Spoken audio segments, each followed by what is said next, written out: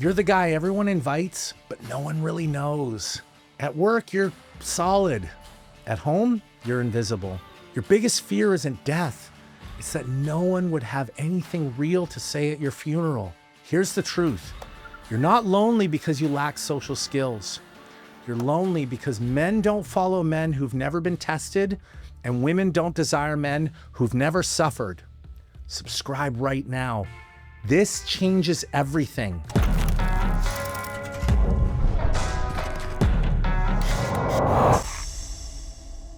King David had mighty men because he killed bears with his hands. Men saw his scars and followed him to death. Paul had brothers across continents because they'd been shipwrecked together. You've never bled for anything. That changes today. I'm showing you the 3 forgings that transform lonely men into men worth following. Every man you respect has one thing in common: voluntary suffering. While you avoided discomfort, they sought it. While you picked easy, they picked growth. And now they have what you want: brothers who die for them and women who desire them. Marcus Aurelius wrote, "The impediment to action advances action. What stands in the way becomes the way." Your comfort is your cage. Your loneliness is just the alarm telling you to break out. The cure isn't finding friends. It's becoming someone worth following. But right now, something's blocking that transformation. Let me show you what it is. You walk into a room and blend into the wallpaper. When conflict arises, you shrink. When someone needs help, you have excuses. You're not a bad man. You're an untested one. And everyone can sense it. Women test this constantly. When she creates drama, she's not being difficult. She's asking, will you stand firm or fold? When she questions your decisions, she's measuring your backbone. You fail these tests because you've never built the strength to pass them. Men evaluate differently, but just as harshly. They're not consciously judging you, but they're asking, if things go bad, will this guy hold the line or run? They exclude you, not from cruelty, but from wisdom. Weak links break chains. If you falter in a time of trouble, how small is your strength? Proverbs 24, verse 10. Here's what's brutal about this. Men sense who will falter before trouble even arrives, and that's why they keep their distance. The hard truth nobody wants to hear. Your loneliness ends when you become someone worth standing beside. Not through personality, through proof. The proof only comes through trials you choose. The transformation from invisible to essential requires 3 specific forgings. Like metal in fire, each one burns away weakness and reveals strength. Master all 3, and you become undeniable. Start tomorrow with something that scares you. Find something physically hard and commit publicly. Martial arts, heavy labor, endurance training, doesn't matter. What matters is that it hurts and you keep showing up. She considers a field and buys it. Out of her earnings, she plants a vineyard. She sets about her work vigorously. Her arms are strong for her tasks. Proverbs 31, 16 through 17. If this is God's standard for women, what's your excuse? When you push through physical pain, you build mental calluses. When others see your transformation, they see someone who finishes what he starts. This isn't about muscles. It's about becoming someone who doesn't quit when it burns. Men follow that. Women marry that. Tonight, put your phone in another room and open up a book that will make you better. Start with scripture, Proverbs for wisdom, James for practical faith, Ecclesiastes for perspective. Then add one book that challenges your mind, philosophy, biography, theology, one chapter before sleep. Tomorrow morning, start differently. Bible before phone. Your word is a lamp to my feet, Psalm 119, 105. Start with God's voice or drown in the world's noise.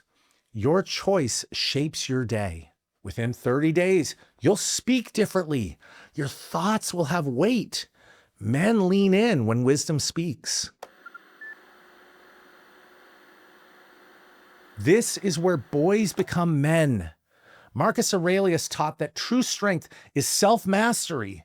Scripture confirms, whoever is slow to anger is better than the mighty, and he who rules his spirit than he who takes a city.